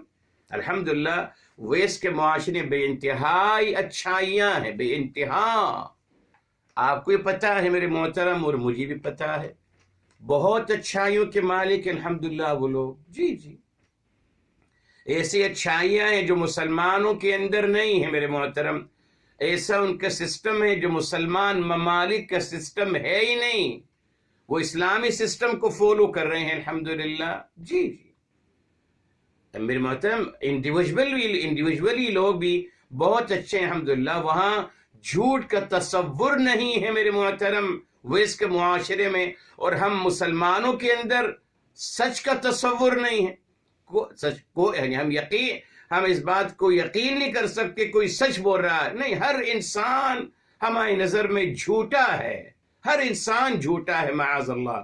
یہ تربیت دی گئی، یہ ہمیں معاذ اللہ یہ تربیت دی گئی معاذ اللہ، جو کہ غلط ہے میرے محترم۔ تو یہاں دیکھیے اللہ تعالیٰ نے اللہ تعالیٰ نے باقاعدہ یہاں اللہ تعالیٰ نے اس بات کو واضح فرما دیا ہے، جس طریقے سے سورہ آل عمران میں آتا ہے، سورہ آل عمران ہے میرے محترم، معذرت، فرمایا گیا لیسو سواء، یہ آیت نمبر ہے 113 ہے میرے محترم، لیسو سواء، یہ سب جو ہیں ایک جیسے نہیں ہیں، یعنی آپ سب کو ایک جیسے ایک ہی طریقے میں آپ ان کو مت کنسیڈر کریں، ان کے بارے میں ایک کامن بات مت کریں، نہ جی سمجھ لیجئے، لیسو سواء، سب ایک جیسے نہیں ہیں۔ یہ ہمیں انصاف کرنا سکھایا جا رہا ہے۔ جی ہم بالعموم بس جذبات میں آ کر سب پہ ایک ہی طریقے یا ایک ہی فتویٰ صادر کر دیتے ہیں. نہیں میرے محترم. اور یہ بھی دیکھیے تعلیم دی جا رہی ہے کہ ہر انسان کو ڈیل کرنے کا طریقہ الگ ہوتا ہے. جی آپ لوگ سب لوگوں کے ساتھ ایک ہی طریقے سے آپ دین کی بات ان کے ساتھ شیئر نہیں کر سکتے. ہر انسان کا اپنا مزاج ہے میرے محترم. جی آپ اس کے مزاج کو سمجھیے، اس کے حالات کو سمجھیے، اس کے اخلاقیات کو سمجھیے، اور مکمل اسٹڈی کرنے کے بعد پھر آپ ان سے کوئی بات کریں تو انشاء تعالی فائدہ مند ہوگی خیر کے ساتھ. جی یہ اسلام کی بہت بڑی بنیادی تعلیم ہے میرے محترم. جی معاذ اللہ، جیسے ہمارے یہاں ایک ہی لاٹھی سے سب کو ہانکتے رہتے ہیں، سب کو بھیڑ بکریاں سمجھ رکھا ہے. نہیں میرے محترم، یہ سمجھ مناسب نہیں ہے. آپ دیکھیں سامنے والا انسان کون ہے، اس کے مقام اور مرتبے کا لحاظ کرتے ہوئے اس سے گفتگو کیجیے. یقیناً میرے محترم، جس کو اللہ تعالیٰ نے بڑا بنایا ہے، جی جو حاکم وقت ہے، اللہ نے اس کو ایک مقام عطا کیا ہے. اب وہ اللہ کے ہاں جواب دہ ہے، وہ اس مقام کا ادا کر رہا ہے نہیں کر رہا، ہمارا اس سے کوئی تعلق نہیں. ہم نے یہ سیکھنا ہے کہ جو صاحب مقام ہیں، جو حاکم ہیں، جی جو صاحب اختیار ہیں، جو ہمارے حل و ربط، جو عقد و ربط کے یعنی جو فیصلے کرنے والے کے لوگ ہیں، ہم ہر بڑے کا ادب اور احترام کرنا ہم پر لازم ہے. بس یقیناً جب آپ اپنے حاکم کا تذکرہ کرتے ہیں، جی تو آپ ادب اور احترام سے کیجیے. آپ سے بڑے ہیں مقام اور مرتبے میں. مگر ہمارے ہاں جو تصور آ گیا نا، اصل میں ہم بڑوں کی توہین کرنے کے لیے ان کو ہم برے الفاظ اور برے القاب سے اور تو اور ابے تبے سے اعوذ باللہ گفتگو کرتے ہیں. کیوں؟ اپنے دل کی بھڑاس نکالنے کے لیے. میں جس سے نفرت کرتا ہوں میرے محترم، اس کا میں ادب نہیں کر سکتا. یاد رکھیے، ادب اور احترام دلی کیفیت ہے، دلی جذبہ ہے، جو میرے محترم محبت کے بعد پیدا ہوتا ہے. جی نفرت ایسا جذبہ ہے میرے محترم جو یقیناً مجھے بد تہذیبی، بد زبانی، بد اخلاقی پہ مجبور کرتا ہے. میں انہیں کنٹرول نہیں کر سکتا میرے محترم. جی اگر میں کسی کے نگیٹو سوچتا ہوں، نگیٹو اپروچ ہے میری، تو یقیناً میری زبان بھی نگیٹو ہوگی، رویہ بھی میرا نگیٹو ہوگا. Simple is that. اس سے میرے محترم حد الامکان کوشش کرنی چاہیے لوگوں کے مقامات اور مرتبے کے حوالے سے. جی اسی لیے دیکھیے، بس بخاری شریف کی روایت یہاں رکتے ہیں. میرے حبیب، میرے آقا سرور کائنات فداہ بأمی صلی اللہ علیہ وسلم، آپ نے فرمایا حدث الناس على قدر عقولهم. لوگوں سے آپ گفتگو کریے ان کا مائنڈ سیٹ سامنے رکھتے ہوئے. مائنڈ سیٹ کیا ہے، ان کے اپروچ کیا ہے، جی ان کے سوچ کی سطح کیا ہے، فرمایا اس کو مد نظر رکھتے ہوئے ان سے گفتگو کریں. کیوں؟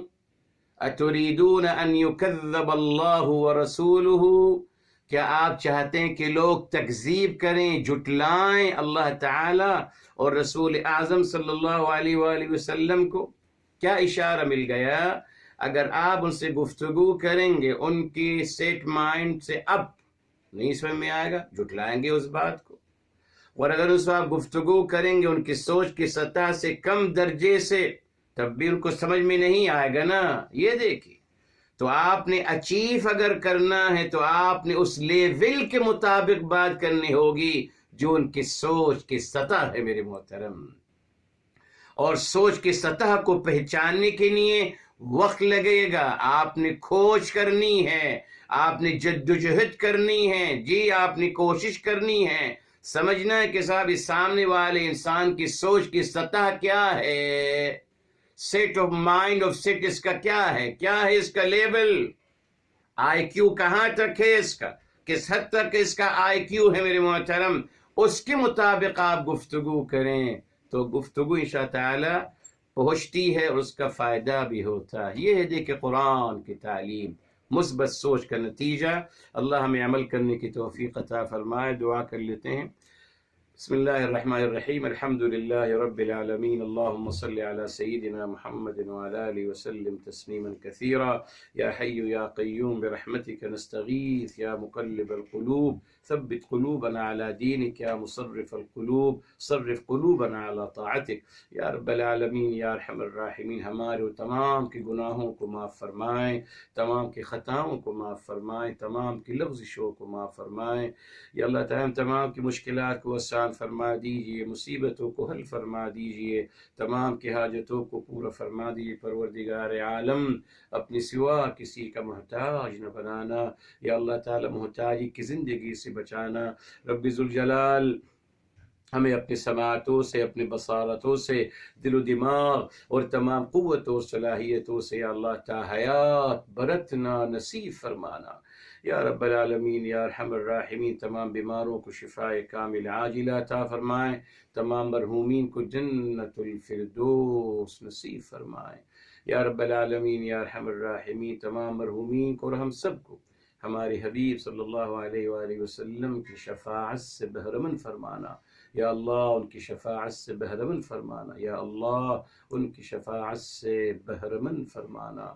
یا رب العالمین یا ارحم الراحمین، ہماری دعاؤں کو اپنی بارگاہ عالی میں ہمارے حبیب صلی اللہ علیہ وآلہ وسلم کے صدقے قبول مقبول فرمائے۔ وآخر دعوانا الحمد للہ رب العالمین، وصلی اللہ علیہ سیدنا محمد وعلی آلہ وسلم تسلیما کثیرا۔